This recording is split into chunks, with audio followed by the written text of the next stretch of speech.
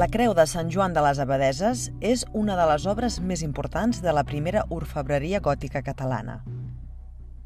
Va ser feta en un taller d'orfebreria gironí en algun moment de la primera meitat del segle XIV. Compta amb 5 medallons circulars, un al centre i un a cada braç. Al centre dels medallons, un total de 10 plaques d'esmalt transparent representen la Passió de Crist i la Redempció. Durant molt de temps va ser la creu principal del monestir de Sant Joan. Decorava de manera permanent l'altar major i servia de creu processional en algunes de les festes més importants de l'any. També es feia servir per al ritus de l'adoració de la Vera Creu, la tarda del Divendres Sant.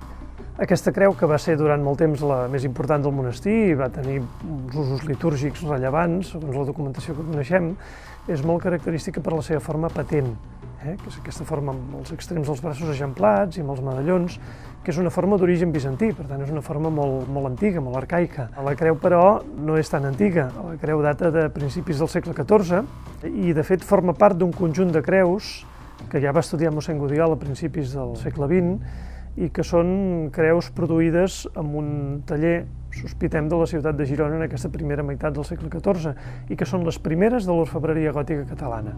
Són la creu de Santa Maria de Vilabertran, la creu dita de les confraries de la catedral de Girona i aquesta creu de Sant Joan de les Abadesses.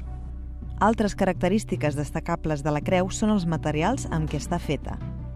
El seu interior és de fusta d'àlber o pollancre, revestida de làmines de plata daurada i amb una petita proporció de coure. Destaquen per la seva bellesa i qualitat els esmalts de baixa talla, una tècnica predominant al gòtic.